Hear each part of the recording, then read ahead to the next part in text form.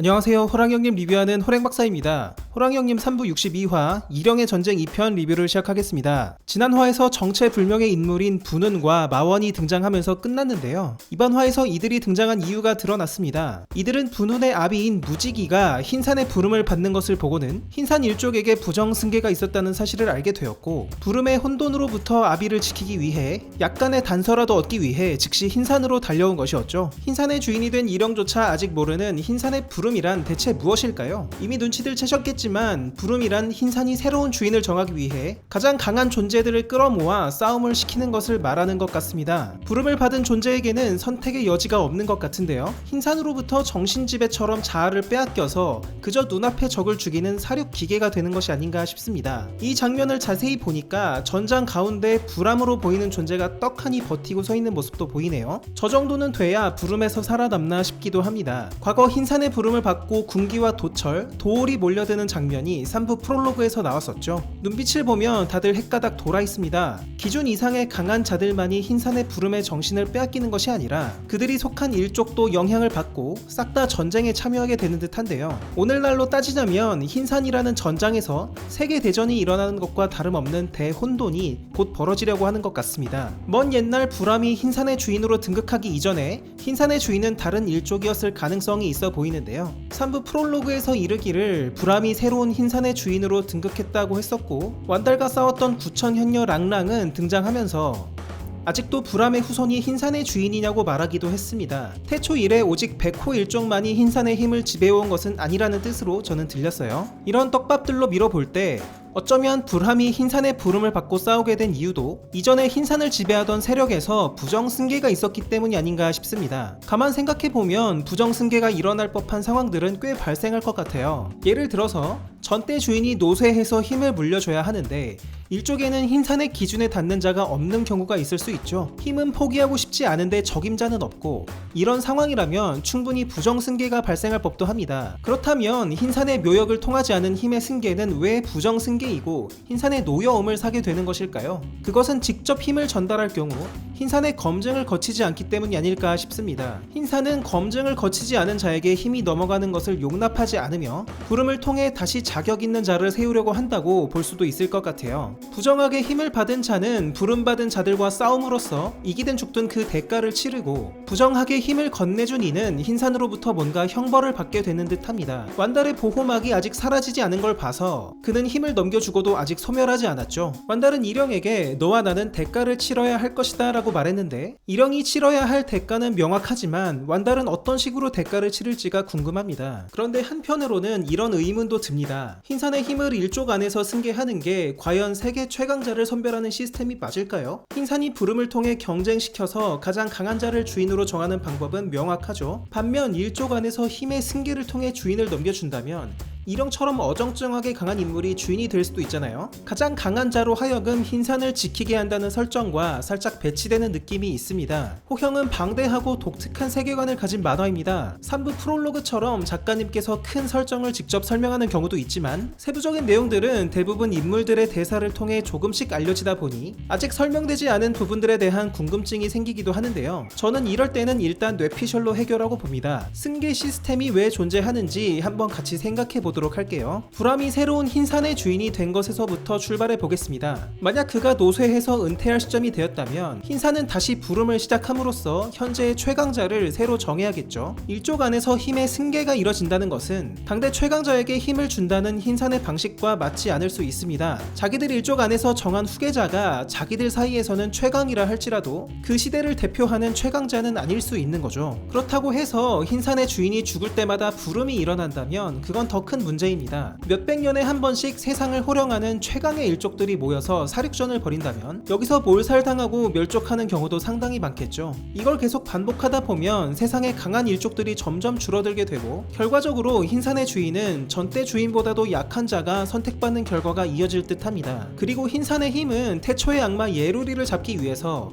어떻게 보면 선한 목적으로 남겨진 것인데요. 그 힘을 지킬 주인을 정한답시고 몇백 년에 한 번씩 세상을 대혼돈과 학살로 몰아넣는 부름이 계속된다면 세상은 언제 부활할지 모르는 예루리가 아니라 되려 흰산을 악마로 취급할 것 같아요. 예루리를 잡기 전에 세상에 강한 일족들의 씨도 마를 것 같습니다. 따라서 무조건 부름으로써 새 주인을 정한다는 것도 현명한 방법은 아닙니다. 따라서 이렇게 보는 것이 가장 합리적이고 세계관과도 부합할 것 같아요. 흰산은 새 주인을 정할 때 부름으로써 세상에 가장 강한 일족들을 불러들이는데, 여기서 승리한 일족에게는 힘을 대대로 전승할 수 있는 기회를 부여합니다. 흰산이 정한 강함의 기준에 닿기만 하면 그가 비록 당대 최강은 아니더라도 흰산의 힘을 지킬 수 있다는 자격을 인정하고 힘을 전수해준다는 것이죠. 어차피 흰산의 힘을 받게 되면 그가 최강이 될 테니까요. 그리고 흰산의 주인뿐만 아니라 그 일족은 흰산이라는 거대한 자연물과 연결됨으로써 일족 모두가 자연물 자체의 힘을 누릴 수 있게 되는 듯합니다. 라오허와 강의 일족이 자신들의 강에 가까이 있을수록 전투력이 강해지는 것처럼 흰산 일족 또한 흰산에 가까이 있을수록 전투력이 강해진다는 것이죠. 자연물로부터 힘을 받은 영험한 존재들에게 동일하게 적용되는 규칙입니다. 만약 자격 있는 후계가 나오지 않은 상태로 흰산의 주인이 죽게 될 수 있는데요. 늙어 죽는다면 흰산으로서는 부름으로 다시 주인을 정하는 수밖에는 없어 보입니다. 하지만 흰산의 주인이 자신보다 강한 존재와 싸우다가 죽었다면 어떨까요? 흰산은 부름으로 주인을 정할 필요 없이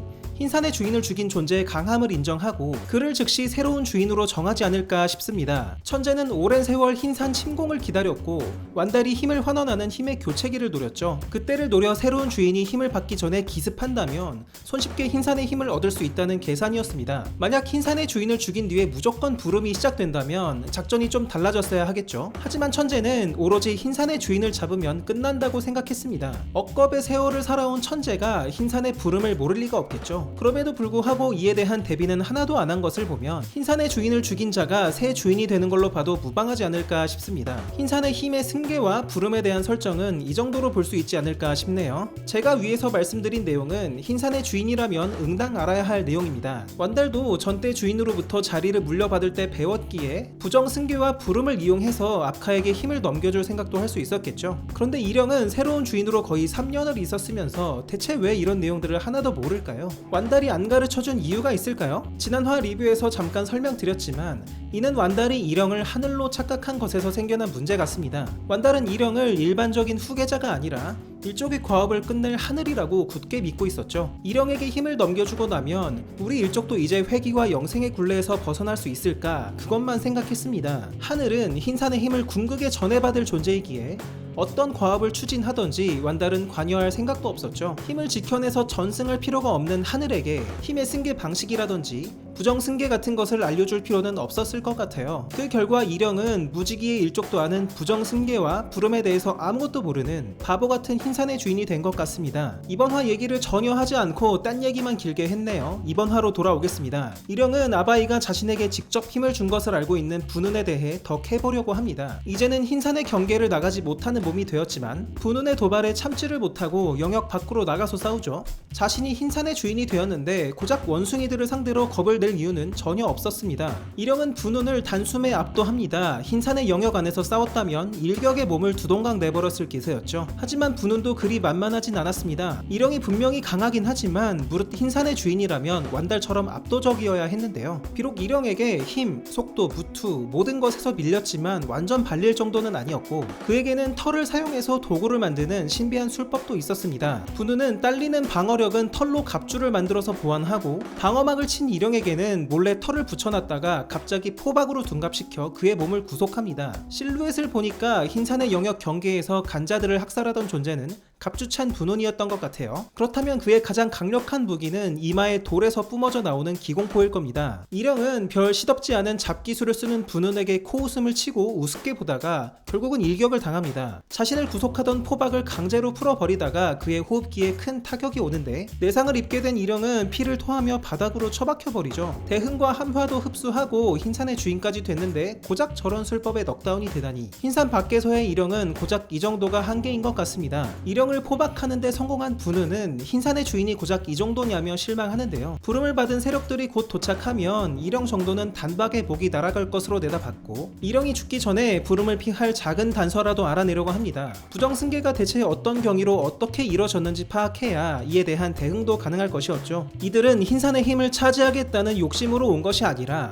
부름이라는 대혼돈을 어떻게든 피해보고자 온 것 같습니다. 사실 무지기의 일족뿐만이 아니라 부름을 받은 모든 일족들이 전부 그런 그러하지 않을까 싶어요. 세상에 강하다고 하는 일족은 모두 뛰어드는 배틀로얄입니다. 여기서 죽을 가능성이 높을까요? 살 가능성이 높을까요? 또 끝까지 살아남아서 흰산의 힘을 받는다 한들 그것이 그들에게 일족의 멸절과 교환할 만큼 영광스러운 것일까요? 만약 피할 수 있는 방법이 있다면 저 같아도 어떻게든 피하고 볼 것 같습니다. 다시 돌아와서 이령은 분운의 말을 잠자코 들으며 부름에 대해 이것저것 물어봅니다. 흰산이 나와 압카를 잡으려고 이따위 것들을 보내다니 라고 말하는데요. 혹시라도 지금 상황에 대해 정보를 캐내기 위해서 일부러 당해주는 척하는 거 아닌가? 라는 신락 같은 희망을 걸어보고 싶습니다. 모든 사실을 파악한 이령은 완달이 자신을 인정해서 순순히 힘을 내어준 것이 아니라 부름받고 죽어버리라고 힘을 건네줬다는 사실을 알게 될 겁니다. 이르하에게는 나는 아바이에 대한 도리를 지키겠다고 이빨린 거짓말이라도 해왔다면 지금 이 순간부터는 그런 말도 하지 않을 것 같네요. 완달이 묘역에 영혼이라도 남아있다면 찾아가서 욕이라도 하고 싶을 듯 합니다. 완달이 금기를 어기고 이령에게 힘을 준 이유는 결국 다른 존재들의 손을 빌려 이령을 죽이겠다는 것입니다. 이령이 죽으면 잠시 다른 일족에게 흰산의 힘이 넘어갈 가능성도 있지만 압카가 진짜라면 그가 성장해서